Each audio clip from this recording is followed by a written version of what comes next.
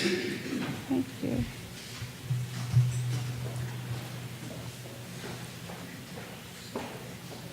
Okay.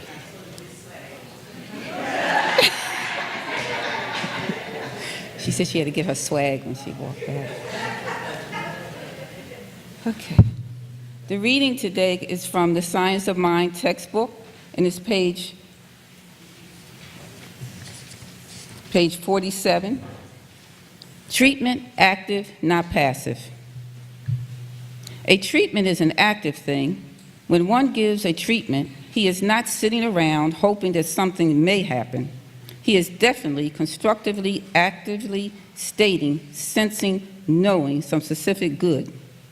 This is in accord with the principles which we seek to demonstrate.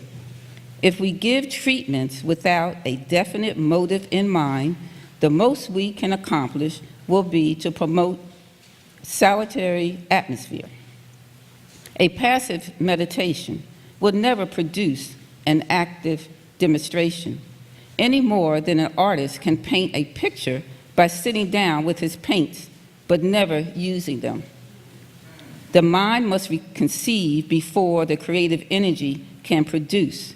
We must supply the avenue through which it can work. It is ready and willing. It is its nature to spring into being through our thoughts and action. In an iron foundry, the pig iron is thrown into a great furnace and melted. That which was solid becomes liquid and is then poured in a mold, which are fashioned in different shapes. The iron itself neither knows nor cares what particular form it takes. It is formless, ready to take any form supplied.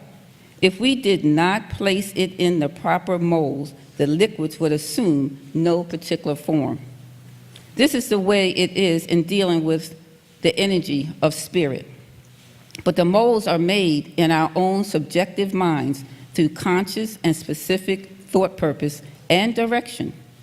We should be very careful not to think that because we make the mold, we must create the substance. It already exists. It is part of the life in which we live, a part of the universal energy. Definite molds or concepts decide to shape, which is to be created from a general liquid. This should prove to us that there is a specific technique in mental treatments which we should not overlook. If we wish a certain good, we must install in our minds a realization of the specific good, and then, as this idea in the mold we place in mind, it will be filled by the substance necessary for the complete manifestation of the good in our lives.